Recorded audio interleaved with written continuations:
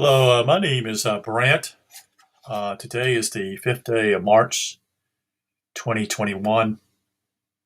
My title of my talk tonight is called Why So Few People Have Any Peace in Their Lives. And I'm talking about peace, P-E-A-C-E. And why, as I talked to someone today, and I struggle with it myself. I struggle with simply is to have peace when I go to bed. My mind, my brain is working overtime to tell me what I need to do. And it's like, well, I don't need you right now. You need to shut up. And that will continue to play over. And eventually, if I've worked really hard, I've done some strenuous work, I'm just tired, I'll doze off. But other times simply is that it will come back. For example, uh, last night I fell asleep. I actually had no problem falling asleep, and then I wake up at 3:30 and I'm wide awake, and my mind's going.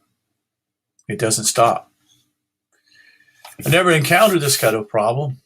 As you get older, you seem to have that problem. It seems it starts that way. Anyway, I wanted to just to share with you because this is very pertinent information. And this is why we're in such a mess. All of us are. This is everybody. Okay. Is that we don't have any peace in our lives because our brain, who we think is our true I, is not our true I, because there are many eyes up here in our head, and they vie for our attention. They seek to get our attention. And one moment I'm ready to do some studying or read a book, and next thing I know, I'm doing something else. And then something else comes up, and I'm over here doing something else, or I go over here and check this out. And so I'm being pulled all over the place. And I don't know if this is what other people experience or not. I'm 60 years old, and it's beginning to. I've noticed it for the last 5 or 6 years. A lot more to do with simply is after my mom passed away, and then also my dad passed away a little over 2.5 years ago. I think it is close to it. And what I'm doing simply tonight is going to be sharing some information to you. And I'll show this here as to do with some pertinent information. And so here we go.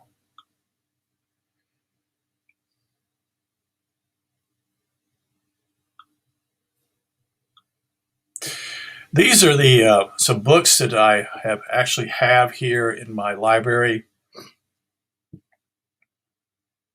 One is The Fourth Way. This is by P.D. Ouspensky. He's a Russian author, but is also part of The Fourth Way. The Fourth Way simply is that goes counter to what we call the monks, the yogis, and the I can't think of them right now, but the Middle Easterns who would practice their spiritual wares, that is, to being out and trying to calm themselves or be at peace with themselves. And their fourth way was simply is no, it's got to be practiced in our society and culture. You can't run away from it. And I had an illustration from a lady who told me this probably a couple weeks ago, that some guy went to India and went to a guru and came back and nothing changed. You know why? Because he was secluded from everybody. And once he got back into culture and society, it had an impact back on him. And he wasn't able to control himself. In other words, he acted just like he did before. So just giving you an illustration, this is the reality of being. This is Jean was the secretary for Gertrude for many years. Also, Gertrude wrote some books, although the major guy who wrote the books is Maurice Nicole, who basically has written 5 or 6 volumes to deal with the psychological perspective that Gertrude was talking about. Gertrude is actually someone who came from present-day Georgia. That is not here in the United States, but the country Georgia. And that what's transpired simply is that there are certain people teaching the fourth way, and there are certain people who are students of the fourth way. And it simply is to deal with your brain, your mind, what is on your mind all the time, you see. And so the reality is that we're insane. We are all insane. That's not a joke, folks. It isn't. In fact, the people that are probably in the insane wards or the mental institutions are probably somewhat better off than we are. You see, they don't hush it up, but we do. In other words, we get along with the insanity. We go along with it. Okay? So all judgment is from the mind. This is why we have this black and white deal with us, why we're so critical of things. This is why we would see that our minds are lying to us. And what it is simply your mind is a computer. It takes stock of what's going on, and it can't handle it all. It can't handle all the information in. So what it does is simply it puts it basically either in a black and white situation, what I like and what I don't like. So it categorizes what your intake is coming in from the outside sources and saying, okay, for example, oh, she's a nice looking girl, such and such. I might like to meet her someday or something of that nature. And then your mind starts filtering that and says, well, she's a blonde-headed girl, and that's not what you like. You like a black-headed girl. She didn't go to school. She's not uneducated, or she's from this class or this side of town. And so all these things, your brain is doing this, and you know it because you're actually deciding, is this person important or not? And you haven't even met the person. You've seen them, but you haven't met them, and you're already categorizing. That's what your mind is doing all the time here. The sad part simply is that it is insanity. You see, because you haven't even met the person, the girl, and you are already judging her. And it's likewise. It's not just boys to girls. It's the other way around. Women do the same thing. So it's not, it's not based upon the sex, such and such. It's all this, you see. And so I'm going to give you some quotes here. This is from a gentleman called Red Hawk. This is Self-Remembering, which is 2 books he's written. One is Self-Remembering, and the other one is Self-Observation. These books are just recent books. In other words, one I think was published in 2015, and I think the other one was published in 2013. So these are really new books, so to speak. And I think the key is that Red Hawk is an Indian. Now, he is a professor at a particular school at University of Arkansas. He writes poetry, so he's coming from the right side of the brain. You have your left over here and your right, vice versa. And so he talks about this, and this is not new. This has been going on for a while.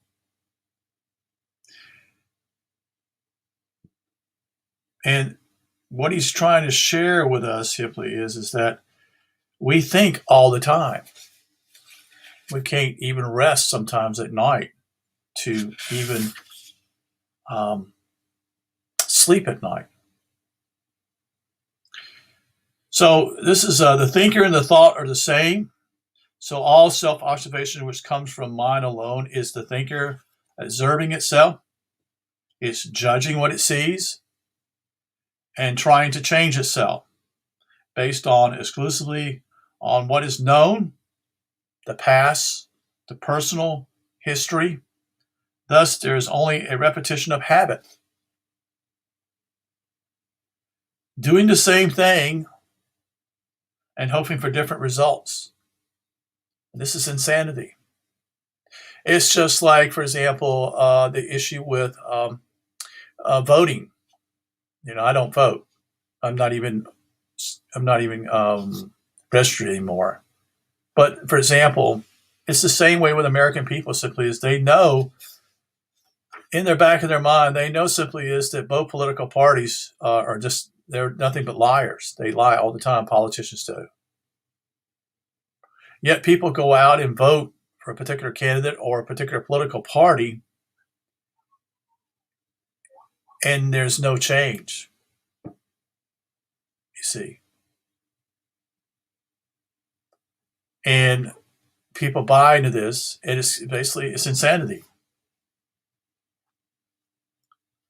Unless I can observe from a place outside the mind, I can only repeat the same old habits and see nothing. I am blind to myself. One portion of the mind judges another portion of the mind, a self divided. Another definition of insanity. Self-remembering gives me the possibility of conscious placement of attention in the body, below the mind, for which I may observe the mind more objectively.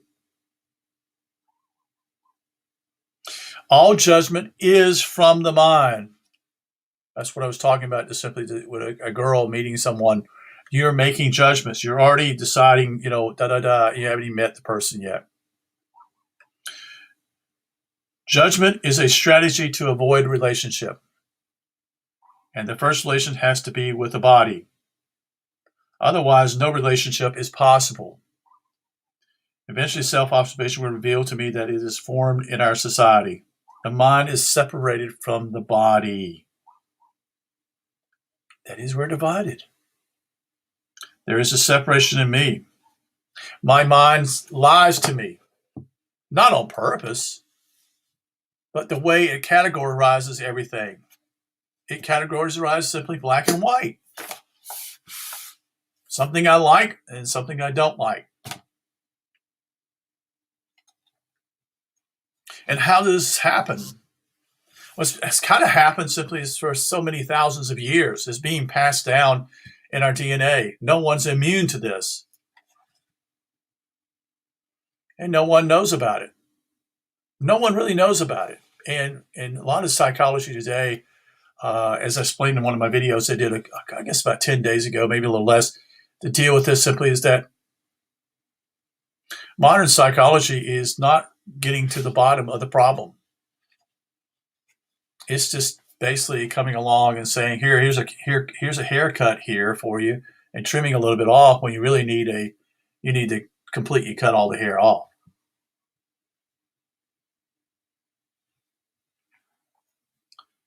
So it's a computer by its nature and structure. That's what it does. It cannot be believed because it distorts reality to fit its own habitual patterns based on my own personal history. So what it does simply is it sees something and it categorizes something and says, well, this is what you were like before, and this such and such, and this didn't work out. So it begins to use what I call fear. And this is how it causes you to be in a state of fear. For example, some man can be, since you walk up to a stream, such and such, and you're getting ready to jump in, and in the pond per se, the lake, whatever, and the older man over there says, "Hey, I wouldn't go over there." And you look at him and says, "How come?" And the man says, "Well, the alligator's over there." And you say, is there, you mean a live alligator? He says, yes. And then you ask him, when did you see it? Probably about 10 or 15 years ago. So in your mind, it's planted something as you're at this lake, and he's giving his information to you based upon 10 or 15 years ago. Let's just say 15 years ago. So either there was an alligator there and he saw one, we'll grant you that, telling the truth. But that was 15 years ago. But have you seen another one since there? No, I haven't seen one. So your mind says to yourself, I don't want to go into that. I don't want to go in that lake now or a pond because I'm in fear. Your mind's is already being stationed and told simply is, no, you don't want to do this. This is not what you want to do. You actually have to. This is why people have to have been told simply you have to deal with your fears. This is part of this. But that's not the whole deal here. It's just giving you an idea. So this is how you are kept in fear. Another example simply is, say you go out, for another example, going out on a date, and it's the first date you ever had, and it doesn't go well. It actually goes very poorly. In fact, it goes so poorly that within an hour or so, after you've taken her out to eat, she wants to go home. And you're like, well, I'm going to take you to a movie. And she's like, no, I want to go home. And so you say, okay, in your own mind here, says, okay, so maybe it was just a bad time, such and such. So you ask another lady out, and it's similar. And in fact, it's even worse. It gets to the point simply is that you don't get another date. It's rejection. And so as you being a young person simply is, you continue and you're not having any success in that area. And so what happens simply is your mind is being programmed that maybe women don't like you. And so there's a sense of rejection. There's a sense of fear. And eventually, if you are not able to break the ice with someone, you stop trying. You see, because your mind is already telling you, well, you haven't had any success here, and this doesn't look good, and maybe you're meant to be in solitude. Maybe you're meant to be a bachelor instead of getting married. And that's how powerful the mind is, and how it can have enormous impact upon you. You see? And we don't even observe it. We don't understand what's going on, folks. And no one's aware of this. They don't even know there's a problem. They don't. And it's really scary. In fact, it's damn scary. Because most people never live their lives. Most people live in fear. You see. And it's sad. And it's heartbreaking to realize simply is that this occurs, and it's getting worse. It's not getting better. And that's why it takes, an extraordinary person to begin to say, well, I've had so many, deal with all these failures with this guy going out on dates, so to speak. He's just got to build a bridge in order just to be able to have some success, because his mind is already programming him, and he's beginning to program. He's actually creating a self-program in his own head that he's not going to have any successful women unless he's able to build a bridge somehow with someone. And then, you see, this is how life is not meant to be. I had someone also suggest that, and I never thought about this, but it's actually an assessment. Maybe we're so programmed, that is by television, she was speaking of, that we're supposed to have a happy life. So we see these movies and we see this, and it's like a fairy tale ending and everything goes well, and yet no one experiences this. No one. I don't know anyone, and I don't know of any successful marriages. I don't.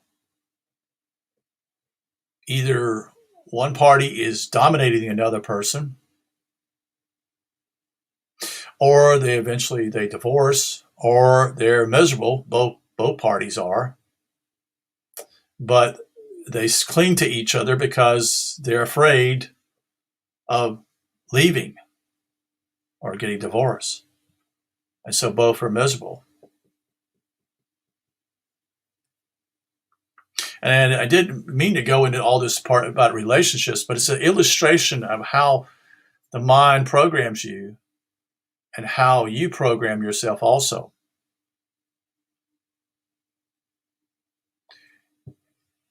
And people live miserable lives. They don't even know who they are. So according to neuroscientists, estimate that the mind receives about 2 billion discrete bits of information per second. It is impossible for it to process the massive amount of impressions. They estimate that the mind is capable of processing about 2,000 discrete bits of information per second. In other words, we're looking at roughly 0.001% of the impressions which compose our reality. Do you see what I'm saying here? The captain up here has no idea how to run the ship, but you believe he's the one that's doing it. I mean, you believe that it's the best possible way, and you're lost.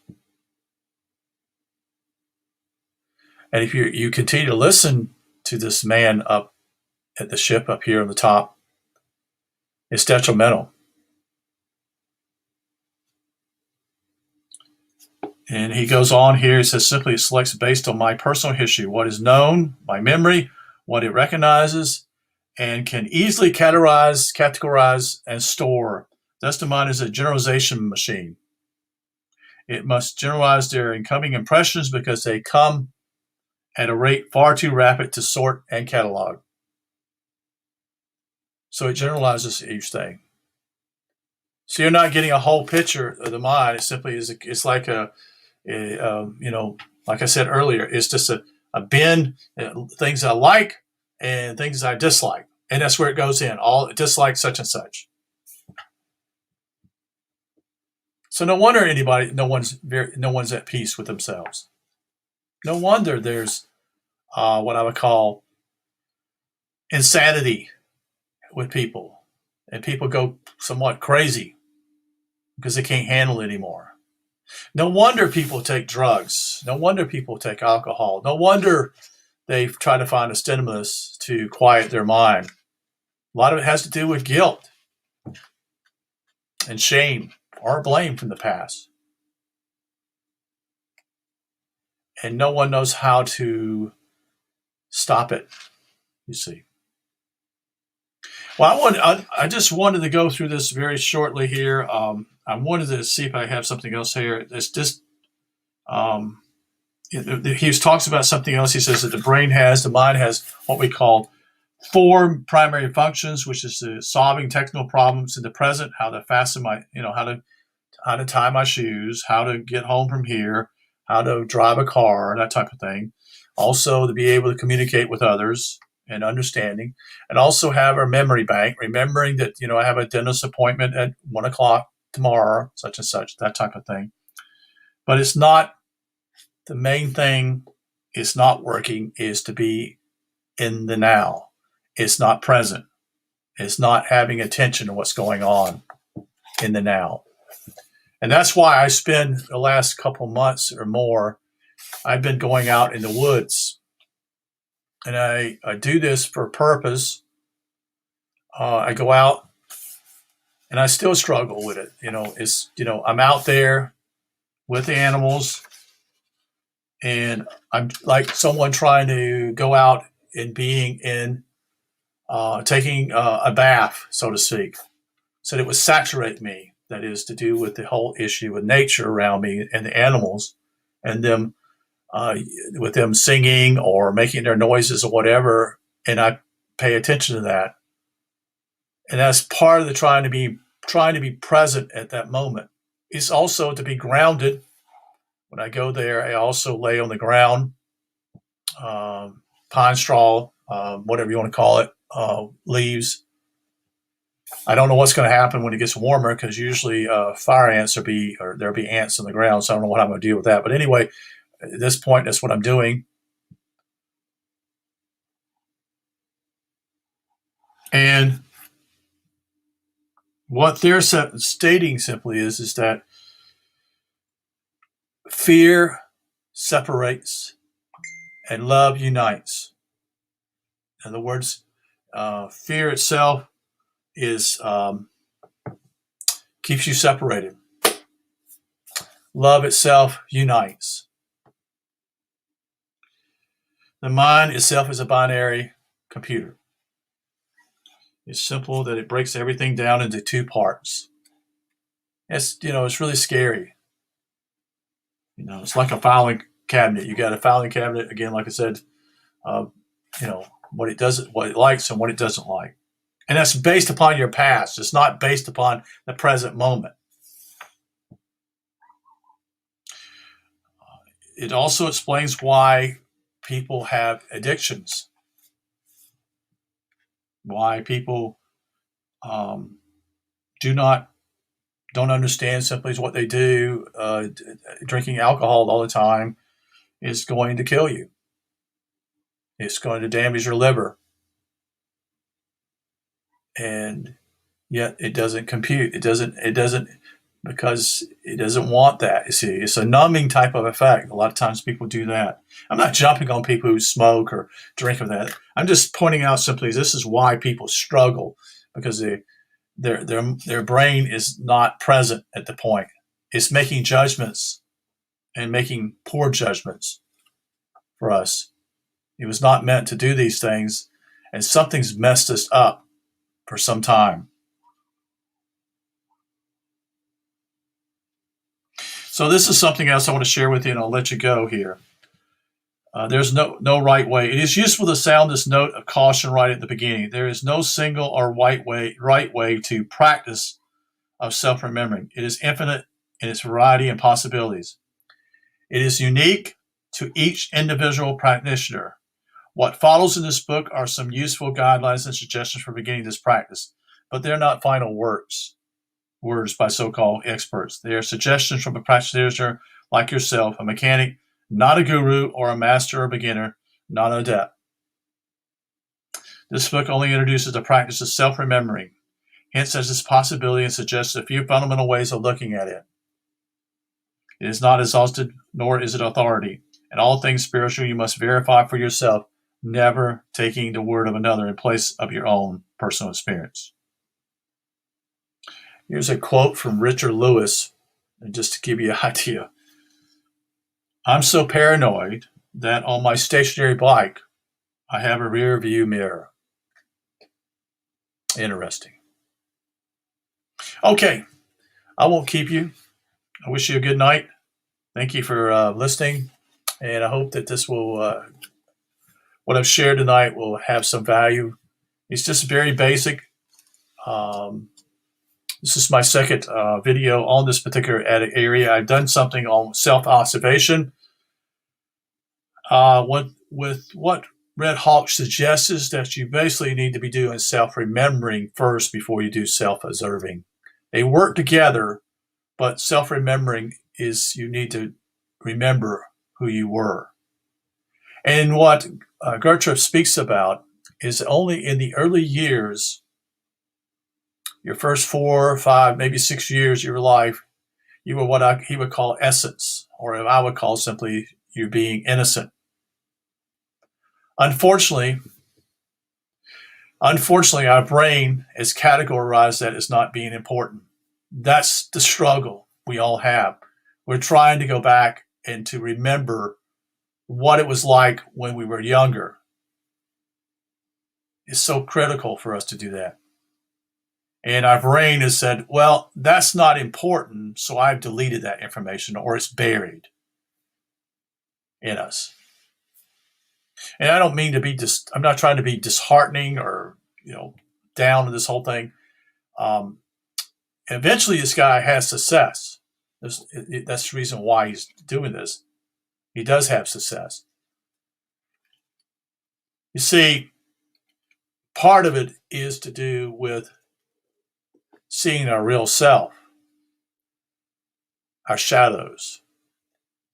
And a lot of that's buried within us because we couldn't handle it as children. And so we buried it.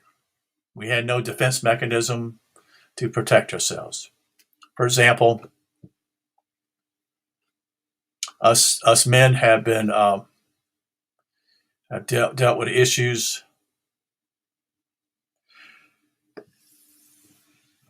and it's had an effect upon baby boys. And I'm talking about the decision that our parents chose to do to circumcise us.